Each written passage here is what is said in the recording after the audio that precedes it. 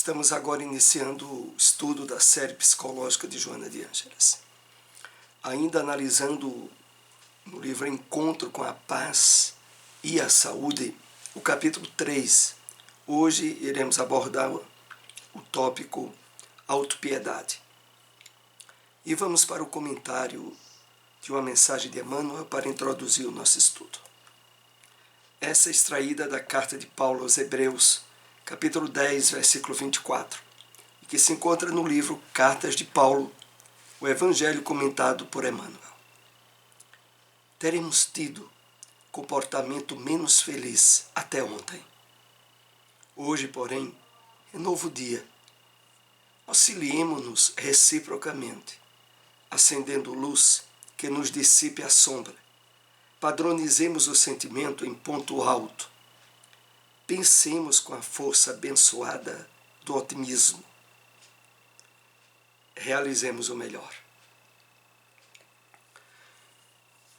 Emmanuel nos faz, através dessas colocações, o convite a respeito desse trabalho de autoencontro que temos direcionado através dos estudos da série psicológica. Porque quando ele começa dizendo, teremos tido comportamento menos feliz até ontem, ele está falando que em nós há no nosso inconsciente um subsídio de atitudes de comportamento infelizes que expressavam os nossos desencontros com as leis divinas e de que isso é uma questão do passado. Está lá no nosso inconsciente. Hoje, porém, é novo dia. Não podemos justificar atitudes erradas, perversas, na atual encarnação, atribuindo a causas do passado.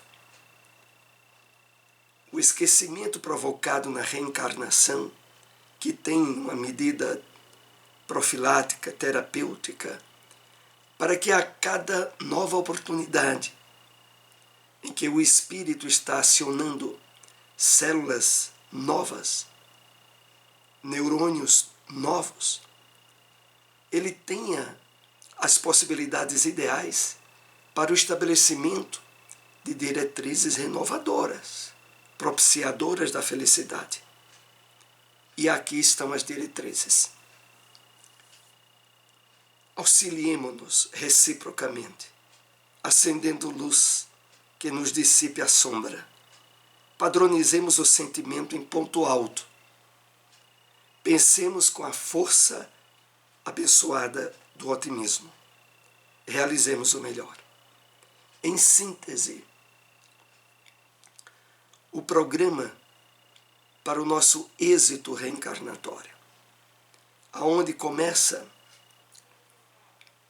desde a elevação do sentimento a objetivos altos e sublimes, ao pensamento agora estabelecido na força, no equilíbrio, no otimismo e o coroamento indispensável, o trabalho da realização, da efetivação, do homem renovado, agora sob a luz do Evangelho do Cristo, ressignificando todo o seu passado e estabelecendo na atual experiência encarnatória o êxito possível. Assim vamos para o nosso estudo Autopiedade, que está no capítulo 3 do livro Encontro com a Paz e a Saúde. Inevitável consequência da acomodação emocional às circunstâncias que se apresentam aflitivas durante a existência física, assomando irrefragável a consciência do indivíduo, é a autopiedade. Então, a autopiedade, que é caracterizada popularmente por aquelas expressões. Nasci para ser infeliz. A minha vida não tem jeito. Não adianta eu me esforçar. Tudo é contra mim. E aqui começa Joana a nos dar os instrumentos para que identifiquemos as origens desse tipo de, poderíamos chamar de transtorno psicológico, e que infelicita tantas pessoas. E ela começa dizendo: consequência da acomodação emocional, as circunstâncias que se apresentam aflitivas durante a existência física. É o seguinte: cada um de nós traz, em cada oportunidade encarnatória, um campo de provas, de necessidades a serem trabalhadas, de conquistas a se efetivarem, as quais alcançarão pleno êxito se não criarmos problemas novos. O problema é esse. É que, deixando imperar tendências e condicionamentos de desequilíbrio do passado, nós acrescentamos as provas e problemas que teríamos para resolver nessa vida um conjunto de elementos difíceis que são acréscimos pelo mau uso do nosso livre-arbítrio. E quando isso acontece, para muitas pessoas, é quando se abre os campos para a autopiedade, onde a pessoa se percebe enfrentando provas que não dá conta. Não dá conta justamente pelo mau uso que está sendo feito do livre-arbítrio, da sua liberdade, por ela mesma. Essa bengala psicológica de que necessitam aqueles que se recusam ao esforço dos enfrentamentos da evolução.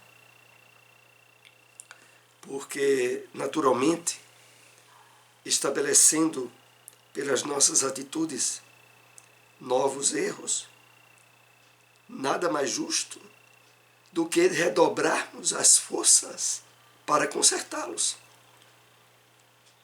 Mas aí, somado às questões que já trazemos do passado, muitos apelam para a autopiedade, que é, como aqui colocado por Joana, uma bengala psicológica. Um instrumento que é usado para minimizar um problema criado por nós, mas que em si não resolve o problema. É por isso que é uma bengala.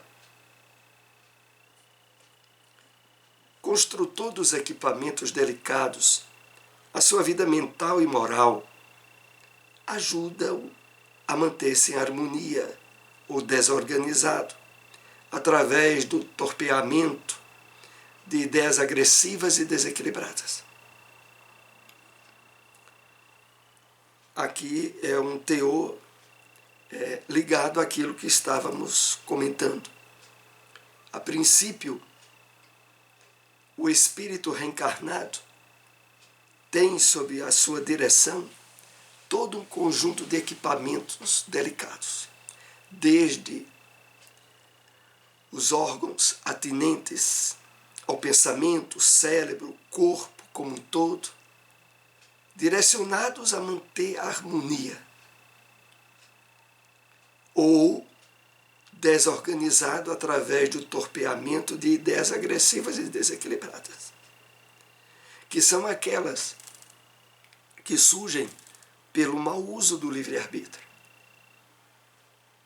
O que é colocado em ênfase a respeito desse tema no livro que estamos analisando é de que a autopiedade só surge nas pessoas por acréscimos de desequilíbrios que ela se proporcionou na presente experiência encarnatória. e pela fuga ao enfrentamento indispensável que seria para os problemas novos criados. Movimentando campos vibratórios muito sutis, o espírito é convidado a comportamento edificante, de maneira que contribua para a sua preservação e equilíbrios contínuos. O espírito tem, em termos de instrumentos associados à sua vontade, todo o seu sistema nervoso, toda a estrutura que lhe é emprestada pelas leis divinas, mas com objetivos direcionados, determinados por essas leis, de tal forma que possa haver uma edificação, uma contribuição para preservação e equilíbrio. Todavia, transferindo hábitos insensatos, nos quais se compraz, de uma para outra experiência, assume atitudes piegas e despropositadas, aguardando soluções mágicas para os problemas por eles próprios gerados. Essa é a questão. Quando aqui fala transferindo hábitos insensatos de uma para outra experiência, é aquilo proveniente de condicionamentos negativos do passado, de outra encarnação, e que novamente o espírito vem a expressar, principalmente no campo do vício e de desequilíbrios morais. E depois que isso acontece, fica aguardando soluções mágicas para os problemas que ele mesmo criou. E é evidente que essas soluções não acontecem. Na desonesta condição de incapaz, esperando gerar compaixão e auxílio dos outros, quando deveria preocupar-se em inspirar amor, cooperando com o programa de evolução pessoal e geral. Então, essa atitude piegas, essa atitude da autopiedade, ela é uma forma desonesta de enfrentar os problemas que a própria criatura criou. Na verdade, o ideal, como Joana aqui coloca, seria preocupar-se em inspirar amor, cooperando com um programa de evolução pessoal e geral.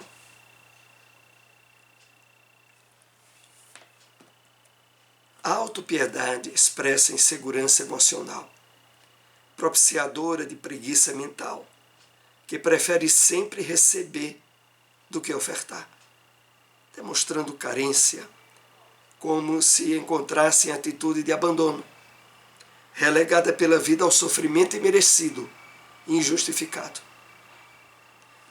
Esse é o quadro síntese do que é a autopiedade. Insegurança emocional, que se associa à preguiça mental para resolver os problemas novos que criou, aonde fica se demonstrando carência e uma atitude de abandono, como se fosse perseguida pela vida e pelas circunstâncias da existência. Então é muito importante aqui fazermos uma reflexão. Como eu tenho encarado as dificuldades, os problemas que a vida me tem trazido. Percebo que, muitas vezes, surgem por responsabilidade minha.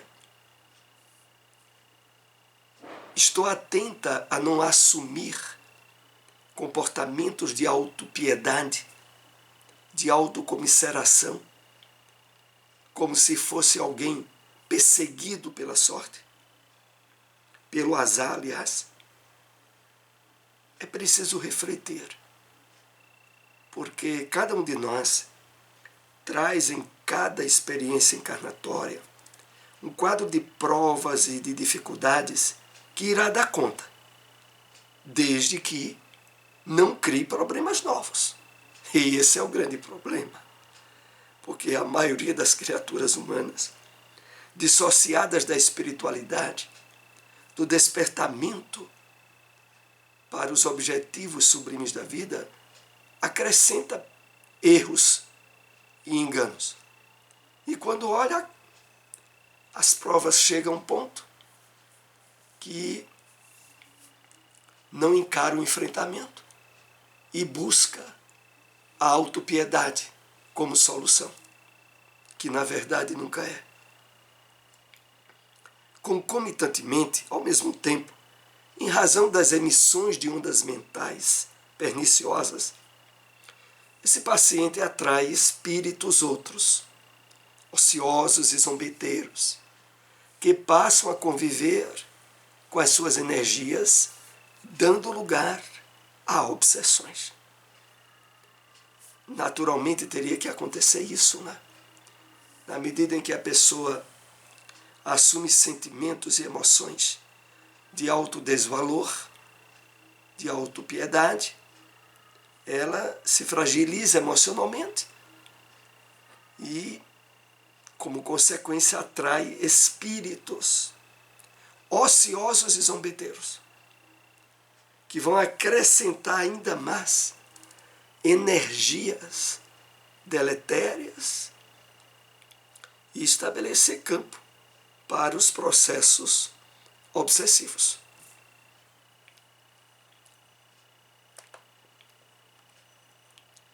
Torna-se indispensável que o self adquira lucidez e responsabilidade, a fim de bem direcionar o ego em um comportamento consentâneo com as finalidades superiores da existência terrena, em vez da situação infantil da dependência da compaixão dos outros. Então a diretriz aqui não poderia ser outra. É indispensável que o self, o eu profundo, adquira lucidez e responsabilidade, a fim de direcionar, de conduzir o ego, essas atitudes inconscientes e negativas em termos emocionais, para, em lugar delas, estabelecer comportamentos em harmonia com as finalidades superiores da existência terrena, em vez da dependência da compaixão alheia, né? Numa situação infantil, como aqui Joana destaca. E é esse o objetivo maior dos estudos da série psicológica de Joana de Ângeles. Promover o autoencontro, o despertamento do eu profundo, né? O acionamento do self, para que a perspectiva espiritual esteja mais presente no que a gente pensa, sente e faz, estabelecendo de forma convicta na imortalidade da alma.